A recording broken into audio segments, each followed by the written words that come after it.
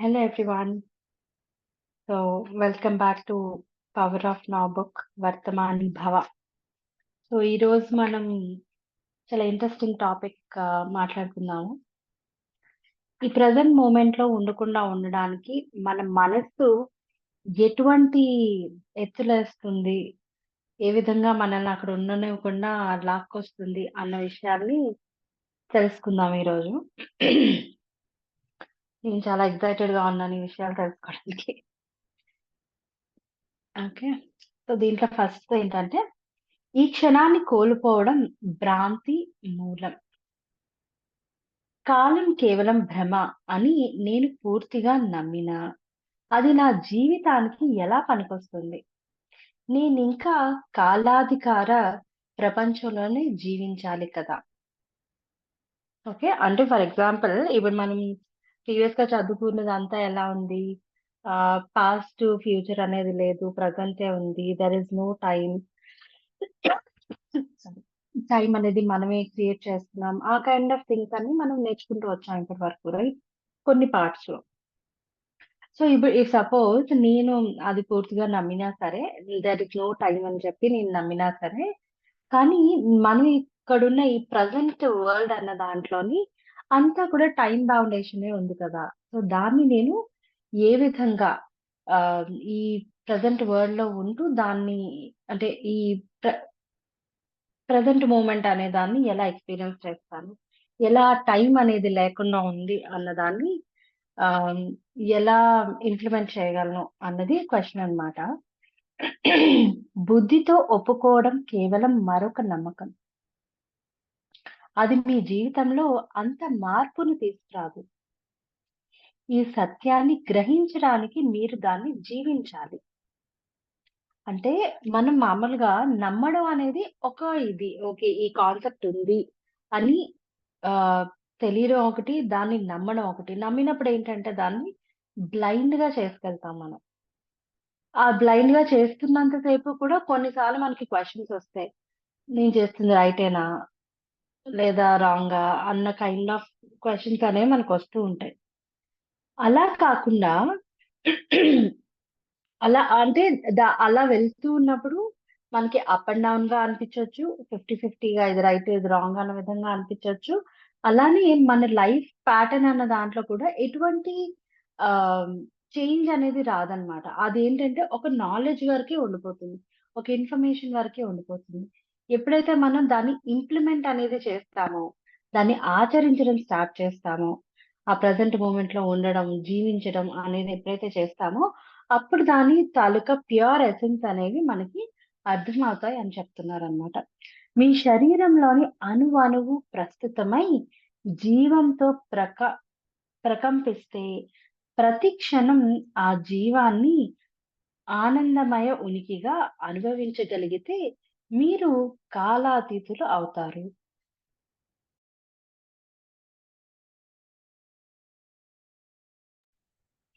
అంటే మీ శరీరంలో అణువణువు కూడా ఎప్పుడైతే మనం ఈ ప్రస్తుత క్షణంలో ఉండి దాన్ని డీప్‌గా, డీప్‌గా అబ్జర్వ్ చేసి దాన్ని లివ్ చేయగలుగుతామో, మన బాడీలో ఈచ్ అండ్ ఎవ్రీ సెల్‌లోని కూడా ఆ చేంజ్ అనేది మనం చూడగలుగుతాం అన్నమాట. ఆ ప్రెజెంట్ మూమెంట్ అన్న దాన్ని చూడగలుగుతాం. ఇట్ ట్రాన్స్‌ఫార్మ్స్ అన్నమాట. ఇప్పుడు చూడండి మన మైండ్‌లో ఉన్న థింగ్స్ వాటితోనే కదా మన లోపలున్న బ్లడ్ సర్క్యులేషన్స్ కానీ, లేదంటే మనం మన ఆహ్, అంటే ఈ హార్ట్ బీట్ రిలేటెడ్ థింగ్స్ కానీ, అవన్నీ కూడా అప్ అవ్వడం, లో అవ్వడం అవన్నీ కూడా మన ఎమోషన్స్ అన్నిటిని బేస్ చేసుకొనే ఉంటూ ఉంటాయి. రైట్? సో, అలానే మన ఎమోషన్స్ అనేవి ఎప్పుడైతే కామ్‌గా, సెటిల్‌గా అప్పుడు థింగ్స్ ఎక్స్‌పీరియన్స్ చేస్తూ ఉన్నప్పుడు, మనం మన బాడీలో ఉన్న each and every part and cell and ఆ బ్లడ్ సర్క్యులేషన్‌తో సహా అన్నీ కూడా మారుతాయి. ఈవెన్ మనం 'మైండ్ టు మ్యాటర్' అన్న బుక్‌లో చూసినట్టయితే దాంట్లో ఏం చెప్తారు అనేసంటే, మన మైండ్‌లో ఎటువంటి థాట్స్ ఉన్నాయో, అటువంటి థింగ్సే ఎవ్రీ టైమ్ పుట్టడం, చనిపోవడం కూడా చేస్తాయి. ఆ పుట్టినప్పుడు, చనిపోయినప్పుడు కూడా ఆ పర్టిక్యులర్ థాట్ అనేది ఏదైతే క్యారీ చేస్తుందో, దానికి రిలేటెడ్ అండర్‌స్టాండింగ్ ఏదైతే ఉందో, దాంతోనే పుడతాయి, దాంతోనే చచ్చిపోతాయి. ఎప్పుడైతే మనం ఆ అండర్‌స్టాండింగ్‌ని మార్చుకుంటామో in a positive way, in a different way మార్చుకుంటూ వెళ్తామో, ఆ పుట్టే సెల్స్ అనేవి కూడా అదే వేలో పుడతాయి. అదే వేలో దాని బ్రెత్‌ని వదిలేస్తాయి. అలానే మళ్ళీ అదే వేలో పుడతాయి. అదే థాట్, అదే అండర్‌స్టాండింగ్‌తో పుడతాయి. So, we have a lot of connection అన్నమాట. మన బాడీకి, మైండ్‌కి, మన థింకింగ్‌కి అన్నిటికి కూడా చాలా కనెక్టివిటీ ఉంది. ఎప్పుడైతే మనం దీన్ని అణువణువుగా మనం ఎప్పుడైతే చేస్తామో, ఈ ప్రస్తుత క్షణాన్ని అనుభవించడం అనేది అణువణువు ఎప్పుడైతే మనం దాన్ని ఇంప్లిమెంటేషన్‌లో పెడతామో, మనకు తెలియకుండానే మనం చాలా బ్లిస్‌ఫుల్ స్టేట్‌లో ఉండగలుగుతాం. అప్పుడు మనకేంటంటే టైమ్ బౌండేషన్ అనేది ఉండదు. We just see those things as a ఇక్కడ ఇక్కడ ఫాలో అవ్వాలి కాబట్టి కొన్ని థింగ్స్ అలా ఫాలో అవుతాం. అంతే తప్ప there is no time boundation kind of a thing. మనల్ని అవి ఎప్పుడు బౌండ్ చేయలేవు. ఆ విధంగా ఉంటాయన్నమాట. ఓకే. Next question. కానీ నేను ఇంకా రేపు బిల్స్ కట్టాలి. అలాగే నేను కూడా అందరిలాగే పెరిగి ముసలివాడినై చనిపోవాలి. కనుక నేను కాలం నుండి స్వేచ్ఛను పొందానని ఎలా చెప్తాను? దాని ఆన్సర్ ఏం చెప్తున్నారంటే, రేపటి కట్ రేపు కట్టవలసిన బిల్ సమస్య కాదు. భౌతిక శరీరం నాశనం అవ్వడము సమస్య కాదు. ఈ క్షణాన్ని కోల్పోవడం అన్న సమస్య. లేకుంటే ఒక మామూలు ఉద్యోగాన్ని, పరిస్థితిని లేదా సంఘటనను వ్యక్తిగా సమస్యగా, దుఃఖంగా మార్చే లోతైన భ్రాంతే అసలు సమస్య. ఈ క్షణాన్ని కోల్పోవడం ఉనికిని కోల్పోవడమే. అంటే మనం ఇవన్నీ ఎప్పుడూ ఉంటాయి. కమిట్మెంట్స్ అనేవి. రేపు ఇలా చేయగలను, అలా చేయాలి, ఇది ఇది పే చేయాలి. లేదా దీన్ని ఫిక్స్ చేయాలి. అవన్నీ అనేది ఎప్పుడూ ఉంటాయి. మనం ఈరోజు దాని కోసం వరీ అయినంత మాత్రాన రేపు దాన్ని చేయకుండా ఉంటామా? చేస్తాం ష్యూర్‌గా. బట్ ఇప్పుడు ఇక్కడ చేయాల్సిన థింగ్స్, ఇక్కడ ఎంజాయ్ చేయాల్సింది మనం చేయకుండా ఉంటున్నాం. సో, దాన్ని మనం ఎప్పుడైతే ఎక్స్‌పీరియన్స్ చేస్తూ ఉంటామో, ఆటోమేటిక్‌గా అక్కడ దానికి కూడా ఆహ్, చాలా ఈజీగా అవి చాలా సునాయాసంగా జరుగుతాయన్నమాట. చాలా చాలా ఈజీగా. మనం ఎక్కువగా దాని మీద టైం పెట్టి, లేదా ఇంకేదో చేసి, ఇంకేదో చేయాలి అన్న కైండ్ ఆఫ్ దీంట్లో ఉండదు. ఇంకా ప్రొడక్టివ్‌గా కూడా వెళ్ళే అవకాశం అనేది ఉంటుందన్నమాట. ఓకే. సో, దీంట్లోని ఆహ్, ఒక చిన్న ఎగ్జాంపుల్. మనం ఒక టైం అనుకున్నాం. ఒక సెషన్‌కనో, లేదంటే ఇంక దేనికనో ఒక టైం అనుకున్నాం. కానీ, ఆ ముందు మనకి ఇంకేదో ఒక వర్క్ వచ్చింది. రీసెంట్‌లీ నేనిది చాలా ఎక్కువ అబ్జర్వ్ చేస్తున్నాను. అన్‌ఎక్స్‌పెక్టెడ్ వర్క్ ఏదో వచ్చింది. అన్‌ఎక్స్‌పెక్టెడ్ వర్క్ వచ్చినప్పుడేంటంటే, ఆహ్, మనకేదైతే మనం అదర్ థింగ్స్ కోసం అనుకున్నామో, ఈ అన్‌ఎక్స్‌పెక్టెడ్‌గా వచ్చిన వర్క్ ఏదైతే ఉందో, ఆ వర్క్ మనం ఆల్రెడీ డిసైడ్ చేసిన టైమ్, ఇంక దేనికో ప్లాన్ చేసున్న దానికి ఎగ్జాక్ట్‌గా 1 మినిట్ ముందో, 2 మినిట్స్ ముందో ఫినిష్ అయిపోతుందన్నమాట. లేదా 5 మినిట్స్ ముందో. There is no dependency. మనకి లేట్ అయిపోతుంది, చేస్తుంది అన్న కైండ్ ఆఫ్ ఇది ఉండదక్కడ. ఇట్ ఈస్ జస్ట్ ఏంటంటే you are ready for the next work. You are good over there. అది అది ఎప్పుడు అక్కడ వరీ అనేది లేకుండా ఓకే. ఆ టైంకి నేను రీచ్ అవ్వకపోయినా ఇట్స్ ఫైన్. లేదా అది అవ్వకపోయినా ఇట్స్ ఫైన్ అనే న్యూట్రల్ స్టేట్ ఒకటి అనేది పెట్టుకోవడం ఒకటి. At the same time no worry at all. Okay. అవ్ అంటే అవుతది, లేదు అన్న న్యూట్రల్ స్టేట్‌లో ఎప్పుడైతే ఉండను అనేది చేస్తున్నామో, ఈ వర్క్ కూడా తొందరగా ఫినిష్ అయిపోవడం. అండ్ ఆ నెక్స్ట్ వర్క్ అన్న దానికి చాలా అంటే వితౌట్ ఎనీ టెన్షన్ దాని దగ్గరికి వెళ్ళడం. Without any effort. చాలా ఎఫర్ట్‌లెస్‌గా ఆ థింగ్స్‌కి రీచ్ అవ్వడం. అవన్నీ కూడా చాలా డీప్‌గా బాగా జరుగుతున్నాయన్నమాట. ఎందువలన అంటే there is no hard dependency kind of hard dependency అంటే ఎంత హార్డ్ డిపెండెన్సీ ఉన్న థింగ్స్ అయినా సరే, when you are doing the other work ముందు ప్రీవియస్‌గా చేసే వర్క్‌ని ఎంజాయ్ చేస్తూ ఉన్నప్పుడు వితౌట్ ఎనీ వరీ అన్నప్పుడు మనం మనం ఆ వర్క్‌ని ప్రొడక్టివ్‌గా చేయగలుగుతాం. దానివల్ల ఏంటంటే అదర్ వర్క్ అనే దాన్ని డిస్టర్బెన్స్ అనేది ఉండదు. ఎప్పుడైతే మనం ఒక టెన్షన్ దీంతో చేస్తూ ఉంటామో, ఇక్కడ ఇప్పుడు చేస్తున్న ఆ వర్క్ కూడా స్పాయిల్ అవుద్ది.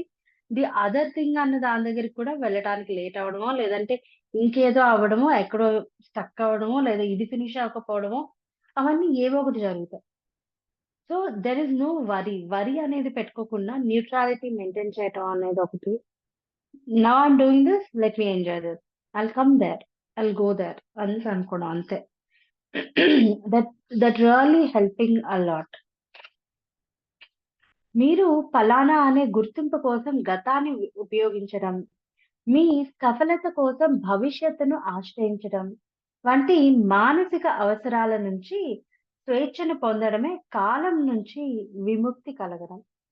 మీరు ఊహించగల గొప్ప చైతన్యపు మార్పును అది తెలియజేస్తుంది. బహు తక్కువ మంది విషయంలో మాత్రం ఈ చైతన్యపు మార్పు చాలా నాటకీయంగా మూలం నుంచి జరిగినదై ఒక్కసారిగానే జరిగిపోతుంది. చెప్తున్నారు చూసారా? అంటే ఎప్పుడైతే మనం ఎప్పుడైతే మనం ఎక్కువ ప్లానింగ్ అవన్నీ చేయకుండా ఉంటామో, చాలా ఈజీగా ఆహ్, బాగా ఈ వర్క్ అంతా జరిగిపోతుంది అని చెప్తున్నారు ఇప్పుడు కూడా. అంటే మనం ఇందాక మాట్లాడుకున్న దాంట్లాగే. విపరీతమైన దుఃఖం మధ్యన పూర్తిగా కూరుకుపోవడం ద్వారానే ఇది జరుగుతుంది. మిగిలిన ఎక్కువ శాతం మంది దీని కోసం ప్రయత్నించాల్సిందే.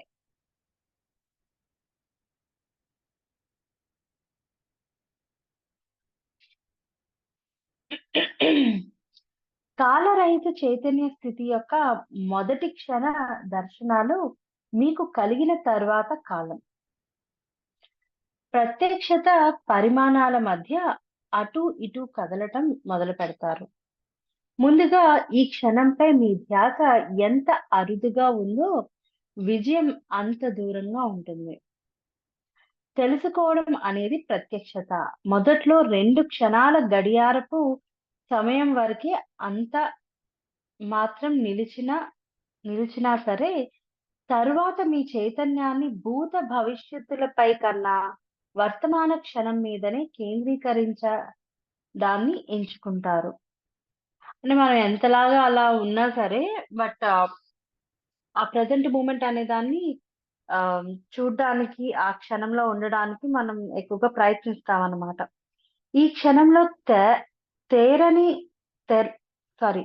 ఈ క్షణంలో లేరని గ్రహించిన వెంటనే గడియారపు సమయం ప్రకారం హ్మ్, 2, 3 క్షణాల కంటే మరింత ఎక్కువ సమయమే వర్తమానంలో ఉంటారు. ఓకే. అంటే ఇది అబ్జర్వ్ చేస్తూ, టైమ్‌ని చూస్తూ ఉన్నప్పుడు, ఆ టైమ్‌ని అలా చూస్తూ ఉన్నప్పుడు మనం ఆహ్, దాన్ని అక్కడే ఉండి దాన్ని అబ్జర్వ్ చేస్తాం కదా! ఆ సౌండ్ ఎలా వస్తుంది? ఏంటి? అవన్నీ గూడా. సో, అది జస్ట్ ఫ్యూ సెకండ్సే ఉండగలుగుతామనమాట. మళ్ళీ, మళ్ళీ అక్కడ ఏదైనా శబ్దం వచ్చేసరికి మళ్ళీ డిస్ట్రాక్ట్ అయిపోతాం మళ్ళీ. మళ్ళీ చూడాలి అంటే మళ్ళీ చూస్తాం. మళ్ళీ ఆ ఫ్యూ సెకండ్సే దాంట్లో ఉండగలుగుతాం. బట్ వెంటనే మనం ఏంటంటే మళ్ళీ ఆ భవిష్యత్తు దగ్గరకో, అదర్ పాస్ట్‌లోకో ఎళ్ళిపోతూ ఉంటామనమాట.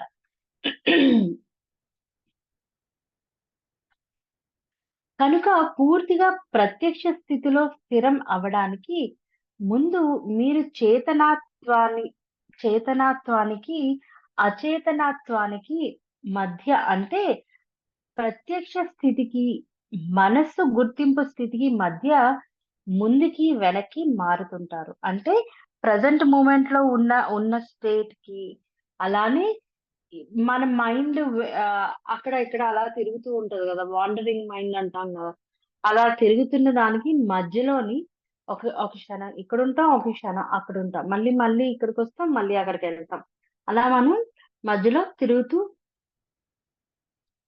వెనక్కి, ముందుకి అవుతూ ఉంటామనమాట. ఈ క్షణాన్ని కోల్పోతూ మళ్ళీ, మళ్ళీ తిరిగి అందులోకి వెళ్తుంటారు. క్రమంగా వర్తమానంలో ఉండటం మీ ప్రబలమైన స్థితిగా ఉంటుంది. అంటే ఇనీషియల్‌గా మనకి ఇటువంటి ఛాలెంజెస్ అనేవి వస్తాయి. ఒకసారి ఇటు మైండ్ వైపు వెళ్ళిపోతాం. ఒకసారి ఆ ప్రెజెంట్ మూమెంట్‌లో ఉంటాం.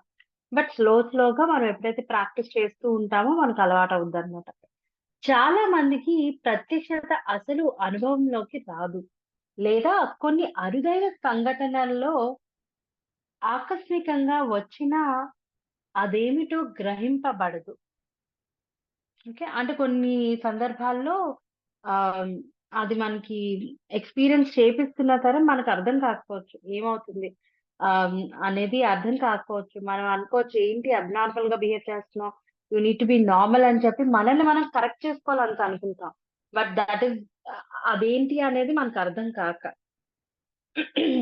మానవులు చాలా వరకు చేతన, అచేతన స్థితుల మధ్యలో కాకుండా కేవలం చైతన్య రాహిత్యంలోని వివిధ స్థాయిల మధ్య ఊగుతుంటారు. ఓకే. సాధారణ లోతైన ఎరుక స్థితులు.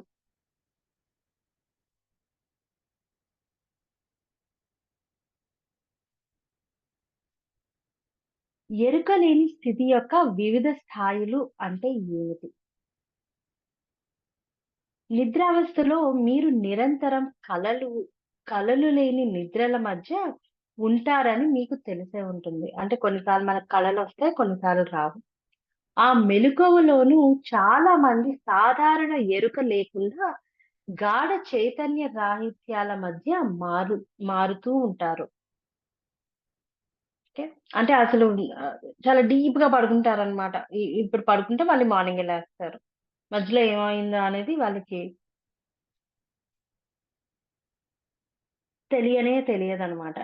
సాధారణ ఎరుక లేని స్థితి అని నేను వేటినంటున్నానంటే, ఆలోచనల సరళిలో మీరు కోల్పోవడం, ఉద్వేగాలు, ప్రతిచర్యలు, అసహనాలు, కోరికలు వంటివి. చాలా మంది సహజ స్థితి ఇదే. ఆ స్థితిలో ఉనికిని గ్రహించకుండా అహంపూరిత మనస్సు ఆధీనంలో ఉంటారు. ఈ స్థితిలో తీవ్రమైన బాధ లేదా దుఃఖం ఉండవు. కానీ నిరంతరం చికాకు, అసంతృప్తి, ఆందోళన, తోచకపోవడం తక్కువ స్థాయిలో ఒక స్థిరమైన వేదికలా ఉంటుంది. అంటే ఒక కైండ్ ఆఫ్ డిఫరెంట్ జోన్‌లో ఉంటామనమాట. మనకి ఏది నచ్చదు ఆ కైండ్ ఆఫ్ దీంట్లో. ఎయిర్ కండిషనర్ ఆగేంత వరకు దాని నుంచి నిరంతరం వచ్చే శబ్దాన్ని ఎలా గుర్తించారో, అలాగే మీ సాధారణ జీవనంలో భాగమైపోవడం వలన దీన్ని కూడా మీరు గుర్తించలేరు. మనం రెగ్యులర్‌గా జరిగే సౌండ్స్ అవన్నీ ఏ విధంగా అయితే మనం జస్ట్ అంటే పట్టించుకోము కదా! అలానే ఈ ఈ కైండ్ ఆఫ్ నాయిస్ అనేది కూడా ఏమవుతుంది మనతో, మన లోపల ఏమవుతుంది, మైండ్ లోపల ఏమవుతుంది అనే విషయాలు కూడా మనం పట్టించుకోమనమాట. అది హఠాత్తుగా ఆగిపోయినప్పుడు ఉపశమన భావం కలుగుతుంది. ఈ చికాకు తెలియకుండా ఉండటానికి, దాన్ని తొలగించడానికి చేసే అజ్ఞాత ప్రయత్నంలో చాలా మంది మత్తు పానీయాలు, మాదక ద్రవ్యాలు, కామం, ఆహారం, పని, టీవీ, షాపింగ్ వాటన్నిటిని ఆశ్రయిస్తారు. అంటే to get rid of these things అన్నమాట. ఆ ఫ్రస్ట్రేషన్ నుంచి అంటూ ఉంటాం కదా! కొంతమంది డిప్రెషన్ ఈటింగ్ అంటారు. అంటే వాళ్ళకి ఏదైనా అలా డిఫరెంట్‌గా చికాకుగా అనిపిస్తుందంటే ఏదైనా తినాలి. తింటే వాళ్ళు సెట్ అవుతారు. కొంతమంది షాపింగ్ చేస్తే సెట్ అవుతారు. కొంతమంది ఒంటరిగా ఉంటే సెట్ అవుతారు. అలా సంథింగ్ డిఫరెంట్ కైండ్ ఆఫ్ జోన్స్‌లోని వాళ్ళని వాళ్ళు సెట్ చేసుకోవడానికి ప్రయత్నిస్తారనమాట. తగిన మోతాదులో ఉపయోగిస్తే ఆహ్లాదాన్ని కలిగించే ఈ పనులన్నీ కూడా తప్పనిసరైపోయి వ్యసనాలుగా మారతాయి. అంటే ఇవన్నీ ఇక్కడ మెన్షన్ చేసినవి అంటే ఈ లైట్ డ్రింకింగ్ చేయటం గానీ, లేదా ఈ కామం రిలేటెడ్ థింగ్స్ కానీ, ఫుడ్ గానీ, ఒక పని చేయటం గానీ, టీవీ చూడడం గానీ, ఫ్రెండ్స్‌తో స్పెండ్ చేయడం గానీ, తెలియకుండానే మనం దానికేంటంటే ఆహ్ ఇంకా అది లేకపోతే నేను ఉండలేను. నేను అదే చెయ్యాలి. ఆహ్, అది చేస్తేనే నాకొక రిలాక్సేషన్ ఒస్తది. అన్న కైండ్ ఆఫ్ జోన్‌లోకి వెళ్ళిపోతామనమాట. దీని నుండి పొందేదేమిటో ఏమిటి అంటే అతి తక్కువ ఉపశమనం. ఓకే. అంటే మనకు ఆ టైంలోని, ఆ క్షణంలోని yes.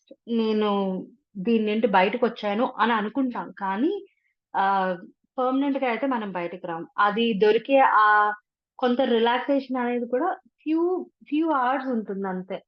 Not more than that. Or 1 day ఉండొచ్చు.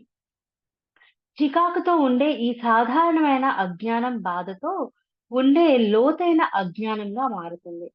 తీవ్రమైన బాధ, దుఃఖాల స్థితి జరగకూడనివి జరగడం, అహం చెదిరిపోవడం, ఒక పెద్ద ఛాలెంజ్ ఎదుర్కోవడం, దేనినైనా కోల్పోవడం, సంబంధాల్లో ఘర్షణలు అవి వాస్తవాలైనా లేదా ఊహలైనా ఈ స్థితి సంభవిస్తుంది.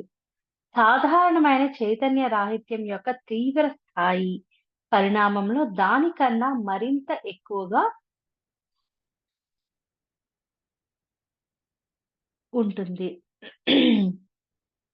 అంటే ఎప్పుడైతే మనం ఈ ఈ బాధలు అన్న దీంట్లో ఉంటామో, అది మేబీ పక్క వాళ్ళని చూస్తుంటే చాలా చిన్నగా అనిపించొచ్చు. కానీ ఎవరైతే దాన్ని ఫేస్ చేస్తారో అబ్బో! దీన్ని మించిన పెద్ద ప్రాబ్లమ్ లేదు అన్న విధంగా చాలా ఎక్కువగా తీసుకుంటారనమాట. దానివల్ల వాళ్ళు చాలా చాలా డిస్టర్బ్ అవుతారు కూడా.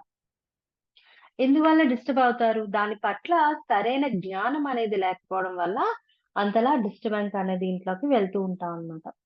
సాధారణ చైతన్య రాహిత్యంలో ఉన్నదాన్ని నిరంతరం అలవాటుగా అవరోధించడం వల్ల ఏర్పడిన చికాకు, అసంతృప్తులను చాలా మంది సహజ జీవనంగా భావిస్తారు.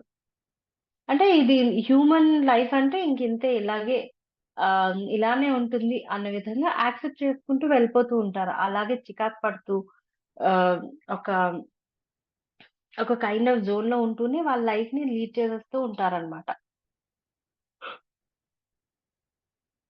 అహానికి ఏదైనా సవాలు లేదా బెదిరింపు కలిగినప్పుడు ఈ అవరోధం తీవ్రమైన కోపం, భయం, ఘర్షణ, కృంగిపోవడం మొదలైన విపరీతమైన ప్రతికూల భావాలే బయటపడతాయి. అంటే ఈ ఎమోషన్స్ అన్నీ బయటపడతాయి. భయమని, ఒకళ్ళతో పోట్లాడే విధంగా ఉండడం గానీ, లేదా చాలా కోపంగా ఉండడం గానీ, లేదంటే దాన్నలా తలుచుకొని, తలంచుకొని బాగా ఒక జోన్‌లోకి వెళ్ళిపోవడం గానీ, అవన్నీ కూడా ఆహ్, మనకు తెలియకుండానే ఇవన్నిటిని ఫేస్ చేస్తామనమాట. చాలా వరకు గాఢ చైతన్య రాహిత్యం అంటే దుఃఖకాయం చలనంలోకి రావడం. దానితో మిమ్మల్ని మీరు గుర్తుంచుకోవడం. గాఢ చైతన్య రాహిత్యం లేనిదే భౌతిక దౌర్జన్యం అసంభవం. ఎప్పుడైనా ఒక సమూహం చేరినప్పుడో, లేదా దేశం అంతా కూడా సామూహికంగా ప్రతికూల శక్తి క్షేత్రాన్ని ఉత్పన్నం చేసినప్పుడే ఇది పుడుతుంది. జీవితంలో సవాళ్లు ఎదురైనప్పుడు వాటితో మీరు వ్యవహరించే విధానమే మీ చైతన్య స్థాయిని సూచిస్తుంది. ఆ సవాళ్ళ వల్ ఆ సవాళ్ళ వలన అప్పటికే అచేతనంగా ఉన్న వ్యక్తి మరింత లోతుగా అచేతనం అవుతాడు. అలాగే మేల్కొనేందుకు జీవితంలోని సవాళ్ళను ఉపయోగించుకోవచ్చు. లేదా అది మిమ్మల్ని మరింత గాఢ నిద్రలోకి లాగేందుకు సమ్మతించవచ్చు. అప్పుడు సాధారణ చైతన్య రాహిత్యం లేని కల, పీడకలగా మారుతుంది. మామూలు పరిస్థితుల్లోనే అంటే గదిలో ఒక్కరే కూర్చున్నప్పుడు, అడవిలో నడుస్తున్నప్పుడు, లేదా ఎవరి గురించైనా వినేటప్పుడు, ఇక ఏదైనా జరగకూడనివి జరిగినప్పుడు, లేదా కష్టమైన వ్యక్తులు లేదా పరిస్థితులు ఎదురైనప్పుడు, కోల్పోతామనే భయం ఉన్నప్పుడు, లేదా కోల్పోవడమే జరుగుతున్నప్పుడు, మీరు ససేమిరా చైతన్యవంతులై ఉండలే ఉండలేరు. ఏదో రకమైన భయానికి ప్రతిరూపమై ప్రతిచర్యకు వశ వసులు వసులై గాఢ చైతన్య రాహిత్యంలోకి లాగబడతారు. ఆ సవాళ్ళు మీ పరీక్షలు, వాటిని పరిష్కరించే విధానంలోనే మీరు చైతన్య స్థితిలో ఏ స్థాయిలో ఉన్నారనేది మీకైనా, ఇతరులకైనా తెలుస్తుంది. అంతేకాని ఎంతసేపు కళ్ళు మూసుకొని కూర్చున్నారు, ఏ దృశ్యాలను చూస్తున్నారన్న దాని మీద కాదు. అంటే మనం ఎప్పుడు కూడా అంటే అబ్జర్వేషన్ అనేది చేస్తూ ఉండాలి. ఏ ఏ ఏ సిట్యుయేషన్స్‌లోని మనల్ని మనం కామ్ డౌన్ చేసుకోవడానికి ఏమేమి యూజ్ చేస్తున్నాం, మనం దాని మీద ఎంత డిపెండెంట్ గా ఉంటున్నాము అనే విషయాల్ని మనం ముందు అబ్జర్వ్ చేసుకోవాలి ఎప్పుడు కూడా. అది అబ్జర్వ్ చేసుకున్న తర్వాత ఓకే, ఈ ప్లేస్ లో నేను వర్క్ చేయాలి అన్న విషయం అనేది మనకు తెలిసినప్పుడు with with the help of awareness, ఇది హెల్ప్ ఆఫ్ అవేర్నెస్ అనేది మనం పెంచుకోవడం వల్ల, దానికి సంబంధించిన నాలెడ్జ్ అనేది తీసుకోవడం వల్ల, ఇంప్లిమెంటేషన్ అన్న దీంట్లో పెట్టడం వల్ల తెలియకుండానే మనం వాటి నుండి బయటికి రాగలుగుతాం అన్నమాట. అలానే అక్కడే ఉండిపోకుండా. ఓకే. అంటే ఇట్ ఈస్ లైక్ ఇప్పుడు ఇవన్నీ ఫేస్ చేస్తున్నాము అంటే మనం ఒక స్లీప్ కైండ్ ఆఫ్ స్టేట్ లోనే ఉన్నాం మనం. ఒక ఒక అన్‌కాన్షియస్ స్లీప్ అన్న స్టేట్ లోనే ఉన్నాం మనం ఇప్పుడు. కాన్షియస్ స్టేట్‌లోకి రావాలి అన్నప్పుడేంటి, మనకు దానికి కావాల్సిన నాలెడ్జ్ అనేది తీసుకోవడం, దానికి కావాల్సిన స్పేస్ అనేది మన మైండ్‌లోని, మన మన బుద్ధిని, మన మైండ్‌ని కలపడానికి కావాల్సిన ఎఫర్ట్స్ అనేవి పెట్టడం, అవన్నీ చేయడం అనేది ఎప్పుడైతే చేస్తామో, మనం అప్పుడు కాన్షియస్‌నెస్ అన్న దాంట్లోకి వస్తామనమాట. అంటే అల్టిమేట్ అవేర్‌నెస్ అన్న దాంట్లోకొస్తాము. ఎట్ ది సేమ్ టైమ్ ఆ ప్రెజెంట్ మూమెంట్ అనే దాన్ని ఎక్స్‌పీరియన్స్ చేస్తూ ఒక బ్లిస్‌ఫుల్ స్టేట్‌లో ఉండగలుగుతామనమాట.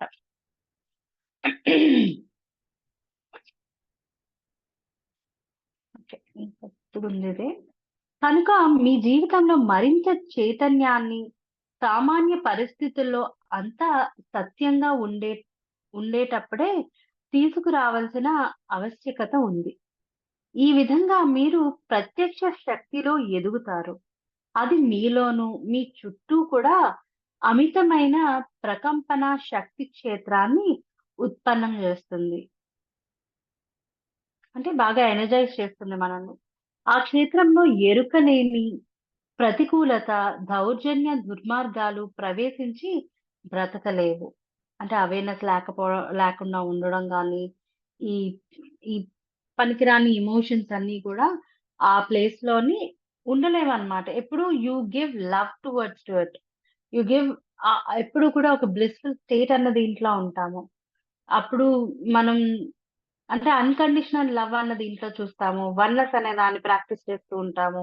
అలానే అన్నీ చూస్తూ ఉంటాం. చూస్తూ ఉన్నప్పుడు మనకి ఈ పనికిరాని ఎమోషన్స్ ఏవైతే ఉన్నాయో అంటే మనల్ని డిస్టర్బ్ చేసే ఎమోషన్స్ ఏవైతే ఉన్నాయో వాటన్నిటి నుంచి కూడా మనం పూర్తిగా బయట ఉంటాము. అట్ ది సేమ్ టైమ్ వాటికక్కడ చోటనేది ఉండదనమాట. ఎప్పుడైతే అంటే ఈ బ్రైట్‌నెస్ అన్న దాని దగ్గర చీకటనే దానికి ఎక్కువ స్పేస్ ఉండదు గదా! దాన్ని కవర్ చేయాలి అంటే మనం చాలా కర్టెన్స్ ఏసి, ఇచ్చేసి ఏదేదో చేస్తేనే గాని రూమ్ డార్క్ అవ్వదు. రైట్? సో, అలానే ఈ ఈ ఈ థింగ్స్ కూడా అంతే అన్నమాట. ఎప్పటి వరకైతే మనం వాటిలో ఉంటామో ఆ డార్క్‌నెస్‌లో ఉంటాం. ఎప్పుడైతే మనం వాటి నుంచి బయటకొస్తామో ఆ అల్టిమేట్ బ్రైట్‌నెస్ అనే దాన్ని ఎక్స్‌పీరియన్స్ చేస్తాం. ఉనికిలో ఉండేందుకు ఆలోచనను, ఉద్వేగాలను ఒక సాక్షిగా గమనించడం ముఖ్యమైన భాగం. అది నేర్చుకున్నాక సాధారణ ఎరుకలేమి ఉన్న నిత్య వేదికను మొట్టమొదటిసారి చూసి ఆశ్చర్యపడతారు. మీతో మీరు హాయిగా ఎంతో అరుదుగా ఉంటున్నారో ఆహ్, ఎన్ ఎంత ఆరూరుగా ఉంటున్నారో గ్రహిస్తారు. అంటే మనతో మనం ఉండడం చాలా ఎంజాయ్ చేస్తాం అన్నమాట. మీ ఆలోచన పరిధిలో తీర్పరితనం, సంతృప్తి, ఈ క్షణం నుండి తప్పించుకోవడానికి మనసు చేసే గొప్ప అవరోధం, ఊహల రూపాల్లో ఎలా ఉందో కనుగొంటారు. భావోద్వేగ స్థాయిలో అంతర్గతంగా చికాకు, ఒత్తిడి, విసుగు, అసహనం వంటివి ఉంటాయి. రెండూ కూడా మామూలుగా అవరోధించే ధోరణి గల మనసు యొక్క దశలే. Okay. So, this is something about ఈ టాపిక్ కోసము ఇంకా డీటెయిల్డ్‌గా ఉంది. మళ్ళీ మనం నెక్స్ట్ సెషన్‌లో తెలుసుకుందాం. Thank you everyone.